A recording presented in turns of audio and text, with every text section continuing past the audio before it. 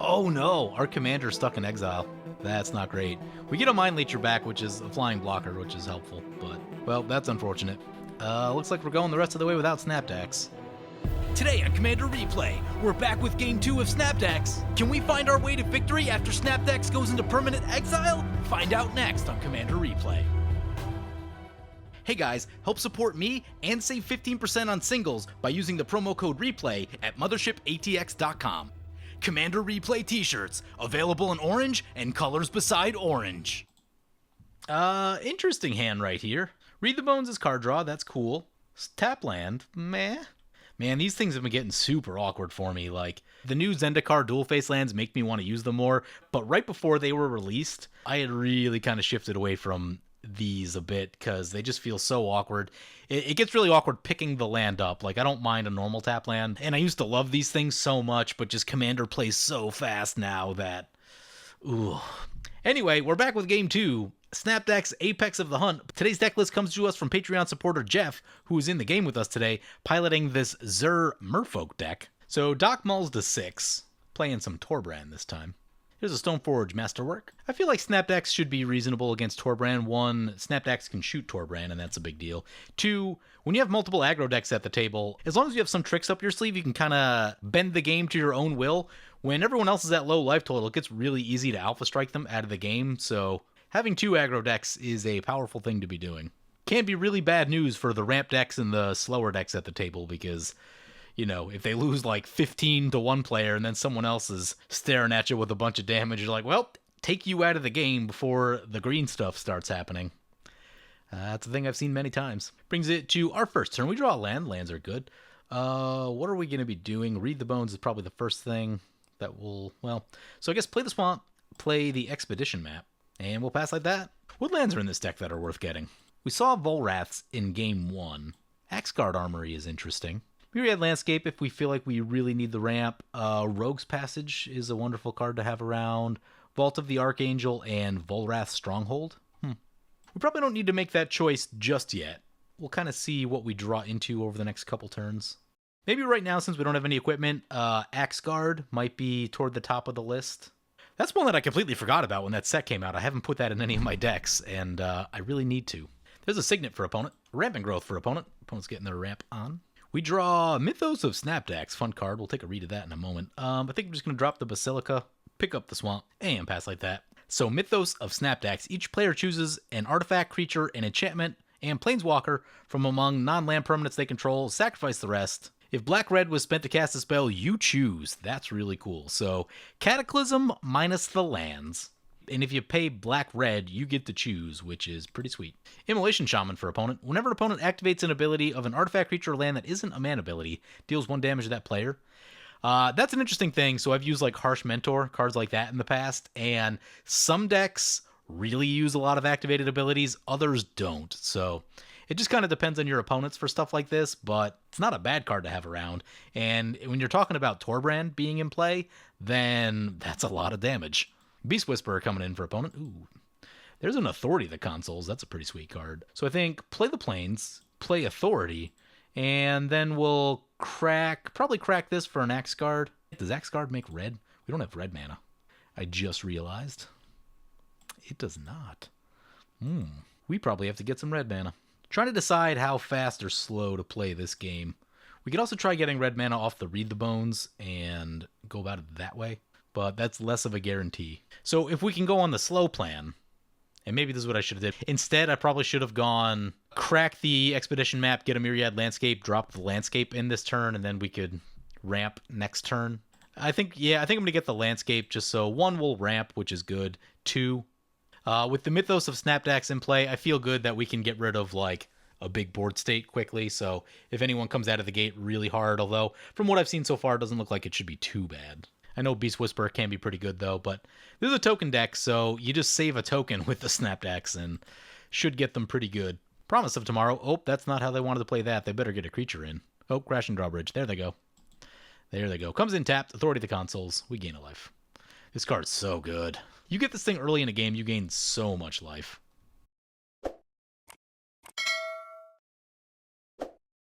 We're back to 40. There's Mind Leecher. Saw it in game 1. Was pretty sweet. Play the Myriad Landscape. And I think we're just going to actually...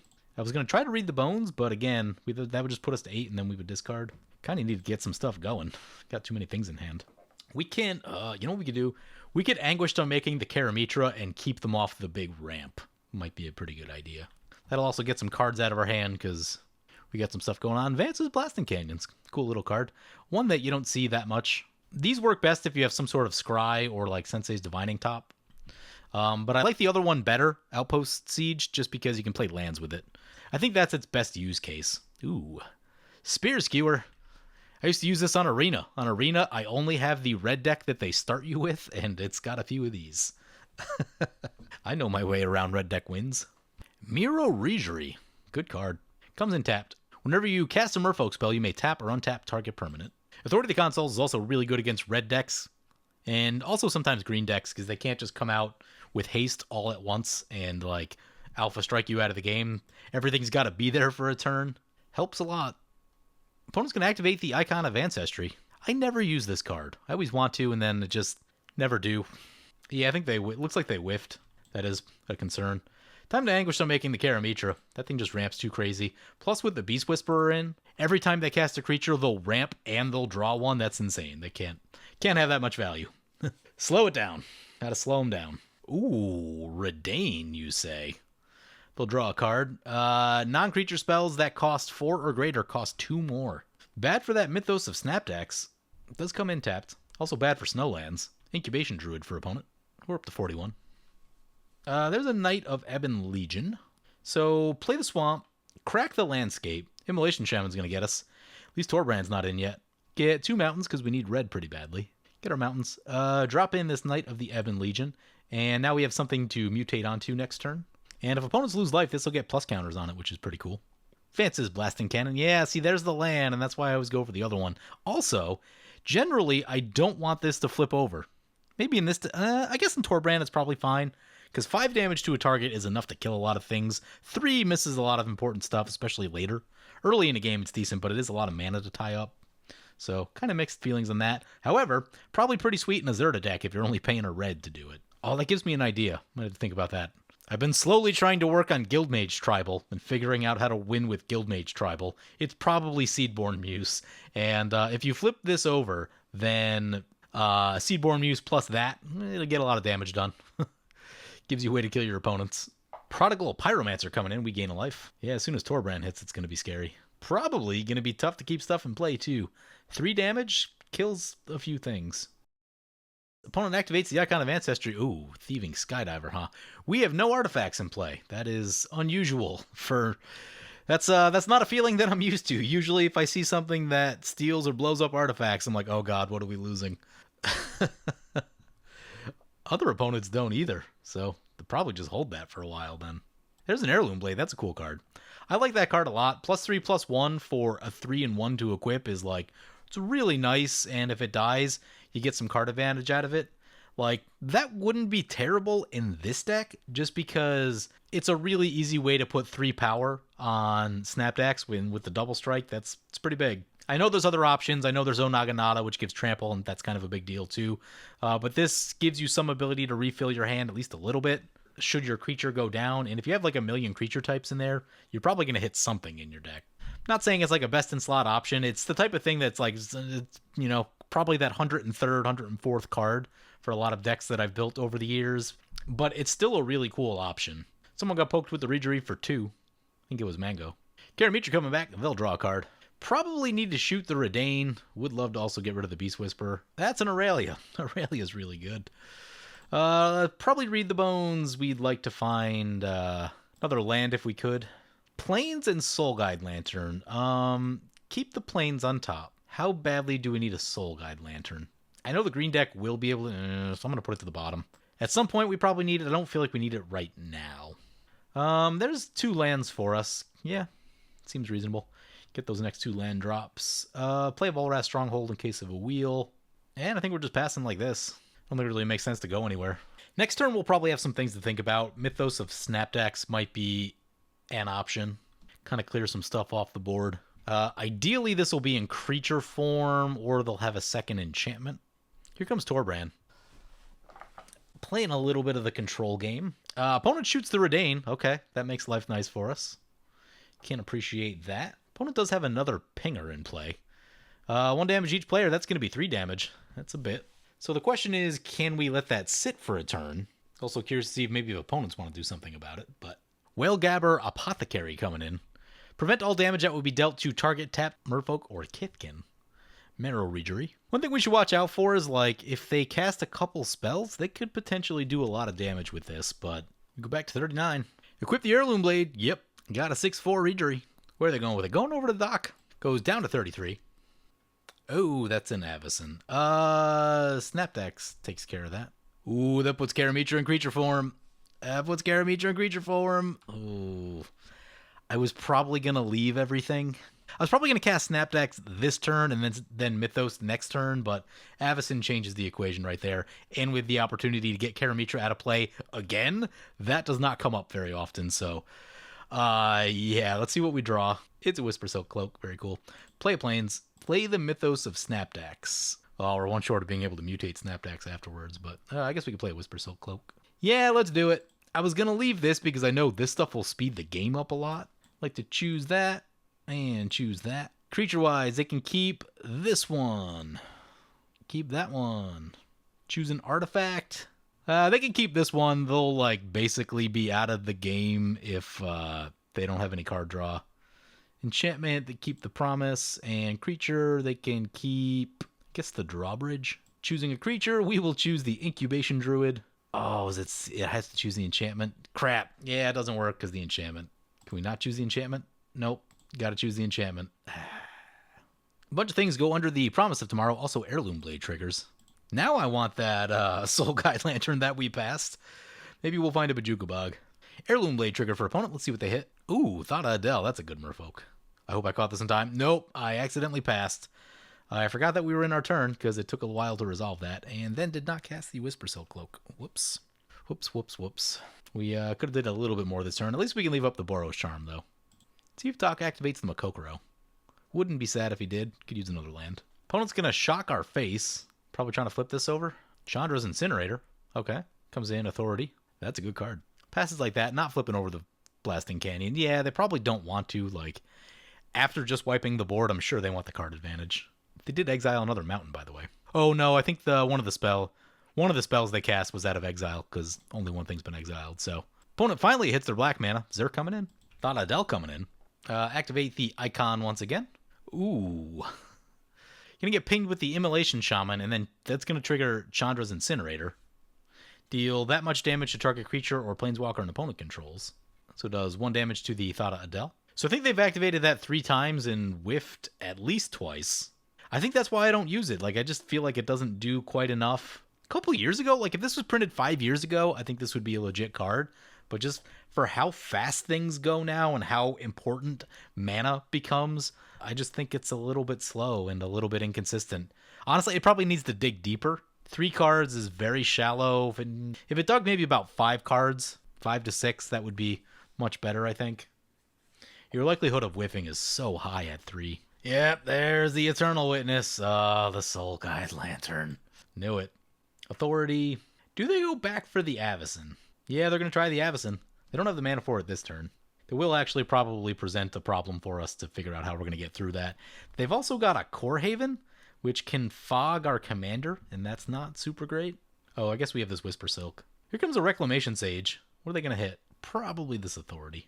And that may actually be the upside to, like, having not casted this turn. Oh, yeah, going after the Authority. I love it. I like it a lot, but I really think we need to keep our commander protected, because that's probably going to be coming in this turn, so. Oh, he leaves up the mana for Core Haven. Makes me sad. This one does not untap the creature. That's something to keep in mind. Yeah, let's mutate this Snapdax. Make sure we click it correctly. Mutate onto this guy. We're going to go over. Let's shoot this Mana Maker. Those are always scary. Let's go to combat. Swing into Mango. He'll probably fog it. But if anyone else wants to go his way, then he's open to that. Yep. He gets pinged. Ha! Got him.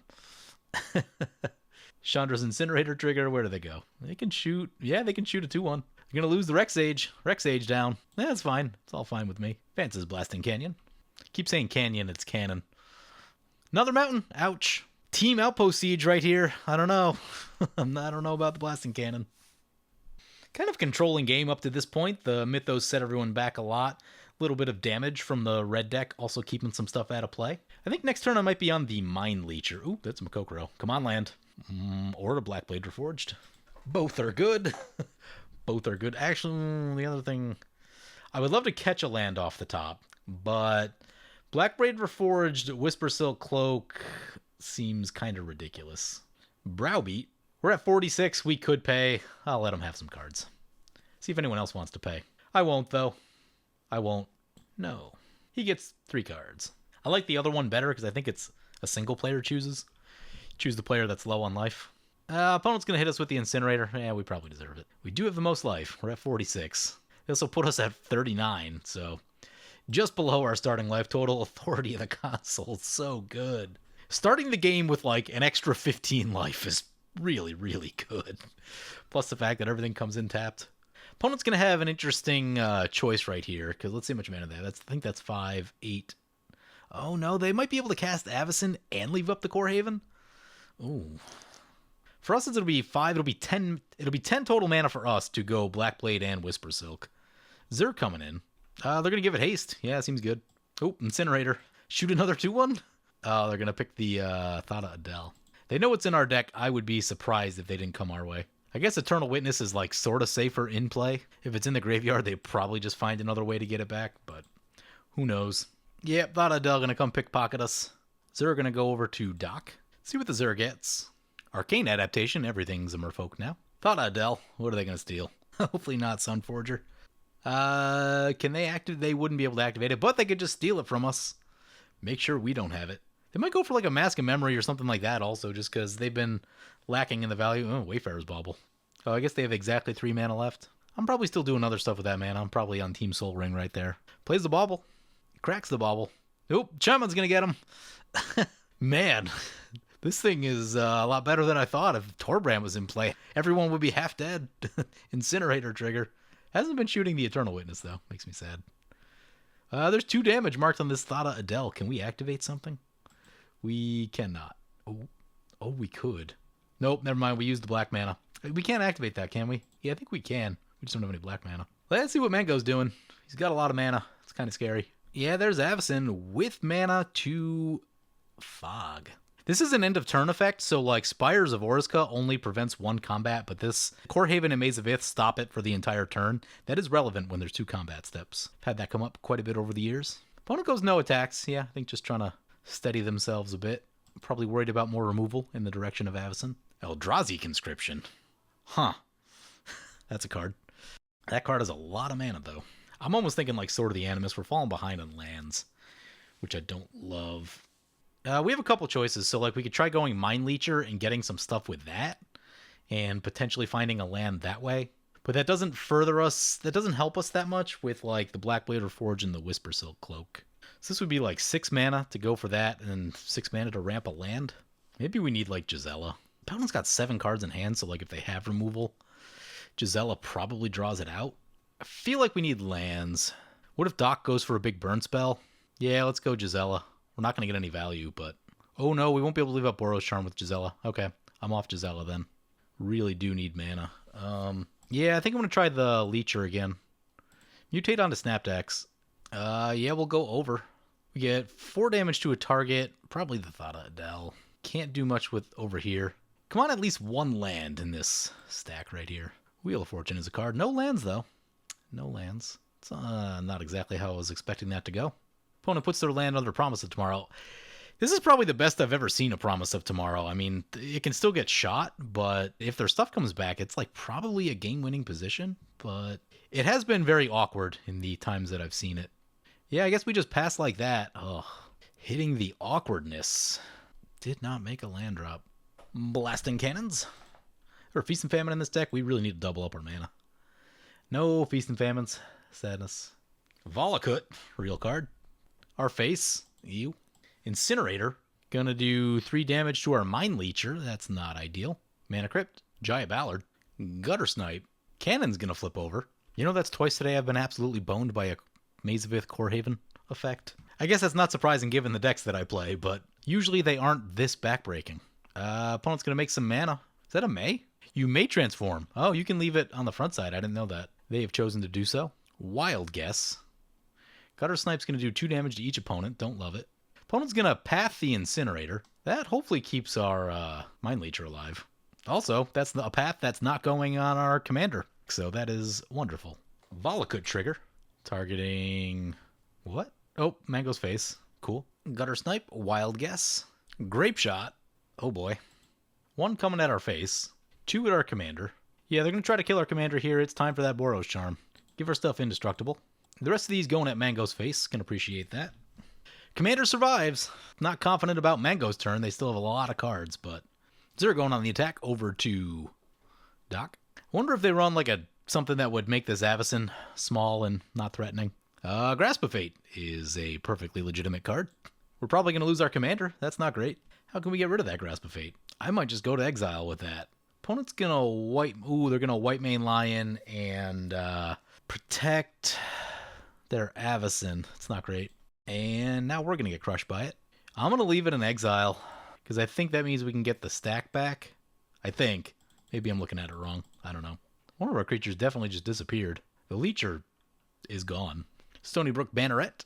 Thieving Skydiver X1. What are we stealing? Oh, the Mana Crypt. Yep. Glad it's not our stuff. Also probably good that we haven't played either of these yet. Those definitely would have gotten stolen. Opponent's going to activate the Icon of Ancestry. Whiffed again. What is that? That's 4 or 5 activations. I think, what, they've hit twice? It's not a great rate. Opponent's going to... Ooh, nice. They're going to Ghost Core to the Core Haven. Wish they did that ages ago. Opponent's going to Worldly Tutor. It's not great. Getting... Sun Titan? Looks like Sun Titan. Yep, it's Sun Titan. Gross. Should have exiled the graveyards. Core Haven coming back. Awesome.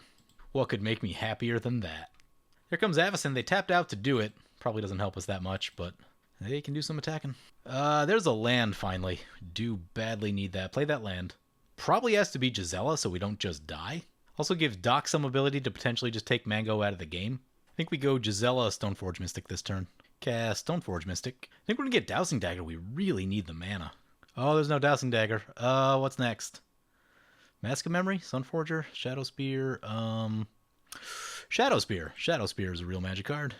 This probably gets us killed, though. So this hopefully means that, like, we don't have to worry about what Doc's doing because of Gisela. There's just so much incentive to be, like, shooting everything else. They finds a gamble with the exile effect. Gonna gamble. 2 damage each opponent. That's 4 to our opponents, 1 to us. You want to know what makes me sad is I wish Redain was red and white because you could just easily pair Mana Barbs with it. You probably have to build a Gisela deck or something like it if you really want to take advantage of the Valkmira side and Mana Barbs and stuff like that. That would be such a cool deck. Sadly, white doesn't have damage like that. It's all in red, so you probably can't run Redain as the commander to really do it. Doc wanting to know if his Mana Geyser is in exile. I'm like, nope. If he had a Mana Geyser, we would have used it. Look at all this colorless in our hand. I think this deck actually does need a Mana Geyser. It's something I've been thinking about. That like we've been a little bit stuck on mana. This deck is a little bit clunky, and everything is really powerful and really good. I think we just need to touch up the mana production just a little bit because we're definitely choking a little bit and we're falling behind. I know you're going to fall behind a little bit to the Karametra, but we're falling behind in the sense of we weren't able to do the things that we wanted to do. Not that that necessarily means that we need to outproduce them, but we just weren't able to make the plays that we wanted to make. So I do think we need to touch up the mana base just a little bit. Opponent discards an Incendiary command. Interesting. Wonder if they were wanting that to try to wheel, but they might activate Makokoro. That would be good for us. Try to find another land. Yeah, I think we're just on the find more lands plan. Dwarven Mine. Volakut. Gonna go to Jeff's face. This will be a shot for 6. Kind of wish they were going for Mango. Mango's gonna be the harder of the two to deal with. Down to 13. Man, Volakut and Gisela is so good. That's so much damage. It's literally free. It's a free landfall trigger.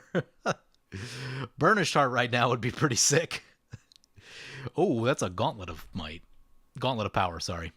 That will double up our mountains. That is some mana production that we badly need. Activates Makokoro. There's a path. That'll be great for that Avacyn. We need to survive, though. What do we got? We got, Pyretic Ritual, Gutter Snipe. Blasting Cannons. Opponent's getting low. Looks like he's gonna run out of gas right there. Oh, we just need to untap. The doubled mana feel pretty good. Yeah, because we could go with the doubled mana. We should be able to go Aurelia and Whisper Silk. No, are we one short still? One. We'll have exactly enough for Aurelia Whisper Silk. Ooh, opponent lost the mana crypt flip down to 3. Ouch. We would need the Gisela to stay in play for that, though. Opponent tapping up a lot of mana. Let's see what it is. Opponent says they don't have enough blue mana. Oh, are we not going to get our commander back? We should, but visually it's only showing Mind Leecher under the Grasp of Fate. These are in exile, though, so I feel like they'll come back. Ooh, Heliod's Intervention. Oh, that's interesting. Blowing up a whole bunch of stuff. It's going to give us our commander back. They want to get rid of... They're getting rid of the mana crypt. Oh, no. Our commander's stuck in exile. That's not great. We get a Mind Leecher back, which is a flying blocker, which is helpful, but... Marrow Harbinger. Opponent gets their Jaya Ballard back. Well, that's unfortunate. Looks like we're going the rest of the way without Snapdax. Opponent said they had a Slyn Voda in their hand. I would love a Slyn Voda. Slyn Voda, force them to recast, and then we go to town with Aurelia? Zergon on the attack. They have a problem in that they can just die to Valakut. Wonder if opponent has another, like, Grasp of Fate type of thing. Maybe get rid of the Avacyn. Although Giselle is probably high on that list, too, though. They get... What did they get? Mirror Entity? Are they out of enchantments? I have no idea. I think... Did they whiff? Alright, let's see how bad it's getting with this Karametra. Hoof and it's over. Overrun, it's bad. Although, if Gisela sticks, we might be able to survive a hoof. I don't know if Gisela will stick, though. Eldamri's Call. Yep, here we go. Goes God Eternal Oketra. Interesting. Maybe not running hoof. Soul Ring. God Eternal Oketra coming in. Karametra. Birds. Core's. Oh, yep. Core Skyfisher is good with that setup. Oh, this is going to take a bit. This says flying. That's good to keep in mind. We can't just swing in freely over there. Sun Titan our way. Getting back Redane. You. Sun Titan's damage. Sun Titan will do 3 damage. It's indestructible. Just in case the worst should happen, I'll block with the Mind Leecher. Soul Ring is much needed mana. Play the Soul Ring.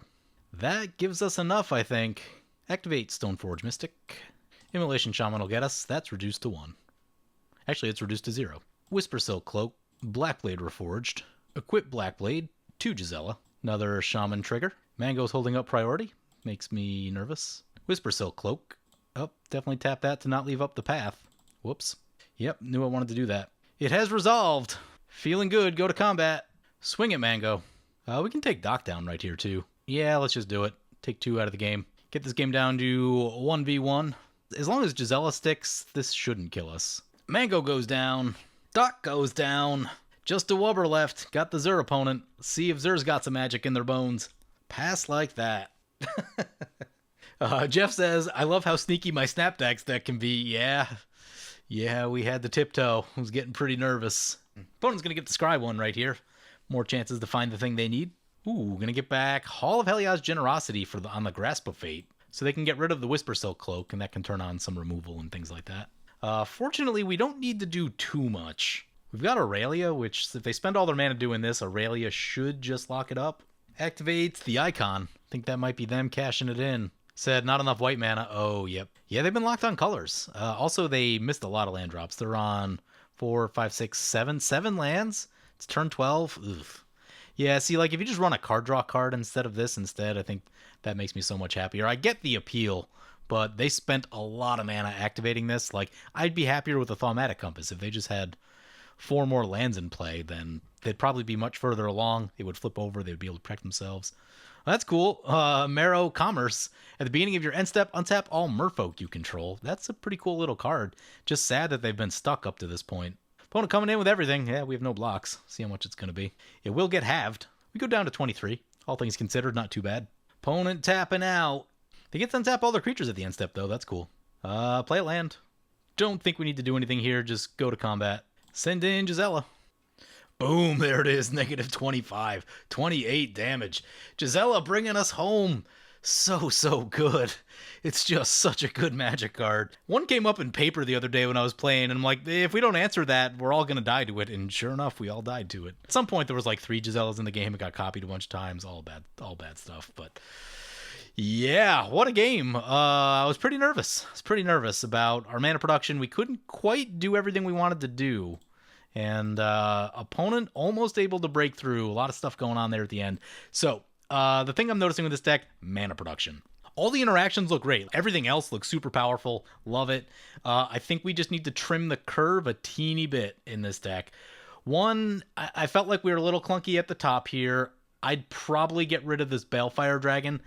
I love a Balefire Dragon, but without haste, it usually just dies to removal. So I would probably cut this. You've got a Chroma, you've got Gisela. I like those as 7 drops. I would probably cut the Balefire Dragon. You really kind of need the support and the haste to go a long way with it. I think I would like to cut a 4-drop also. Vulpikeet seems really underwhelming to me. I guess it's flying. Flying's okay. Loses power though. Cub Warden I can really live without. Lifelink is cool, but I think there's better ways to get Lifelink. Yeah, okay, I'm going to cut a Cub Warden. You can cut whatever 4-drop you want. I think you need to get rid of one 4-drop. Let's take a peek at the mana production here. 9 pieces in the Heb is not entirely mana production all the time. So 10 with an Expedition map. I was definitely feeling that a little bit, like 2 or 3 more cards in this slot is going to help a lot. You're pretty good on Signets, and I do like Signets for this deck because 4 CMC is so important for this deck. So this is actually one of the rare times where I am pro Signet, run as many as you like. But I do want to get some other stuff in the deck. There's a couple options. The thing that I'm thinking about right now, I don't know how many games play out like the one we just played where we kind of control at the beginning for a little while before we really kind of get into a lot of stuff. I think I want to see a Gilded Lotus. You need a little bit more burst mana. Oh, you know what we're missing? We're missing Thran Dynamo also. So if we had either of these at any point in the game, that would have solved all of our mana production issues, and all of that stuff that we had in our hand would have come out much sooner, and I think we win the game very quickly. Like, that was turn 11 or 12, something like that. We probably win around turn 9, because look at the cards that were in our hand. We had Aurelia, Gisela, Blackblade Reforged, Whisper Silk Cloak, and 1 or 2 other really good things. It was just having the mana to cast them. So you just need a little bit more mana production in the deck. If you don't like Gilded Lotus, you could go for a Hedron Archive, something at 4. I want to see another multi-producing mana rock in the deck. Thran Dynamo is the 3rd best mana rock overall, so I would definitely add that in there. I know it's going to make your curve a little bit weird, but it makes so much mana that it's just hard to ignore. I would probably add a Dowsing Dagger to this deck. I know Dowsing Dagger's a little awkward because it does make ground creatures. You probably just give someone who already has blockers the ground creatures, and then life's going to be pretty good. So that mana production is going to be a lot better. You're going to get to that upper part of the curve much smoother. You're going to have extra mana. The extra mana is important to be able to hold up protection spells and stuff like that. And that's the other thing too. I don't think there's any amount of protection spells you can run in this deck that would make me happy. Like, just always add one more. Whatever the count is, add another one, because keeping your commander alive is so vitally important when you have a giant stack like that with these mutate decks. Let's take a peek at the protection. We've got a Boros Charm. We've got an Achroma's Will. Great card. We've got this Kaya. Yeah, I'd like to see 1 or 2 more things. The easy one is Sajiri Shelter. I would definitely add this. You can add this in place of a land, which is super nice. What land are we cutting? Do we have a Maria in the deck? No Emeria, and that's fine. In 3 colors, it can definitely be rough. You can cut any land you like. I'm just going to cut a Basic Plains for now. Whatever land you feel like isn't getting the job done as much as you like. So that keeps the land count at 36. Honestly, I would get rid of this Wayfarer's Bauble. It's just not a card that I care for that much. What I would probably add in its place: Gift of Estates, Tithe, Land Tax, Armillary Sphere, anything that finds you lands. You could even go for like a Boreas Charger if you want. It's got flying and you can mutate onto it if nothing else. Just some way to sustain your land drops, because we were running out of land drops there late and it almost cost us. Like, there was definitely an opportunity. Like, if opponent just ganged up on us, then we could have died a lot of different ways.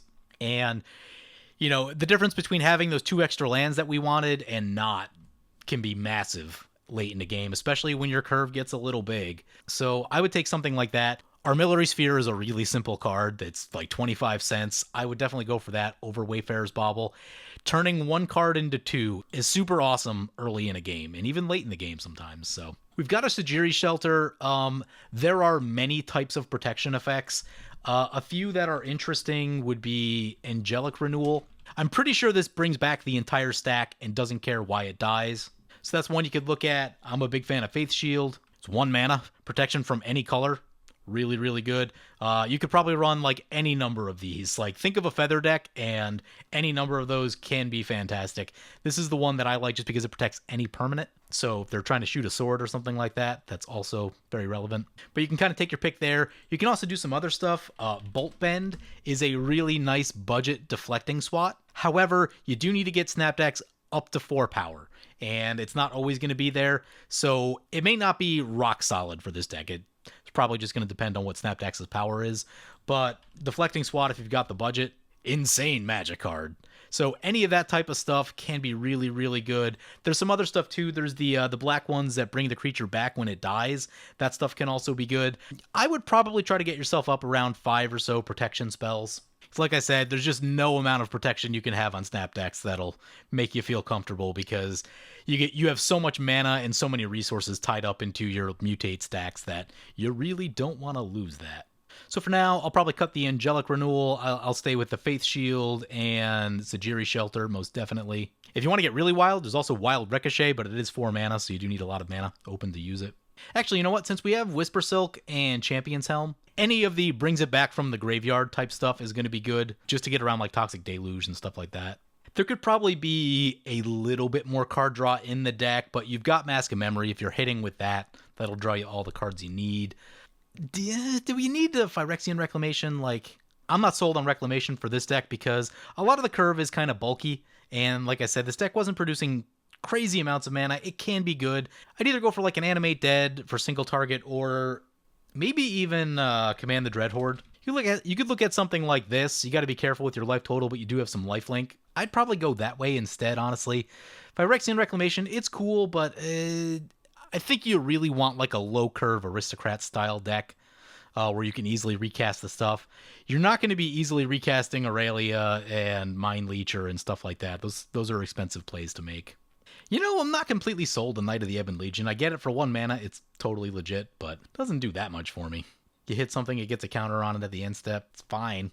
I get the Death Touch. Death Touch is cool, but I'd probably just settle for something that's got permanent Death Touch, because having the 3 mana to activate it then, yeah, I'm not sold on it. I think Vulpikeet's pretty underwhelming. I feel like that's pretty underwhelming. I would get rid of that. If you want flying to mutate onto, I would run a Hate Bear. Hushbringer or something like that. Redain. That'll get you some flying. A few other things, so I don't want to make too many more changes to the deck, but I'm just going to make a couple quick suggestions that you can kind of play around with at your own leisure. I think Slash the Ranks is a really attractive board wipe for this deck. Potentially also something like, what's that card? I think Single Combat can be really attractive for a deck like this. You got to be careful, though. If they shoot your commander afterwards, it can be a little bit of a headache, but I think both of those are interesting. Divine Reckoning can be interesting. Not my favorite board wipes. I don't like missing high priority targets, but it can be really good for what you're doing here. One final thing is a piece of ramp. You could consider something like Oketra's Monument. I think could be really attractive just because it's going to help with your white creatures, of which there's a bunch. But also any creature you cast is going to get you an additional 1/1, which is just helpful for like blocking and kind of having an imposing board state and making it so opponents can't just easily attack back without trample.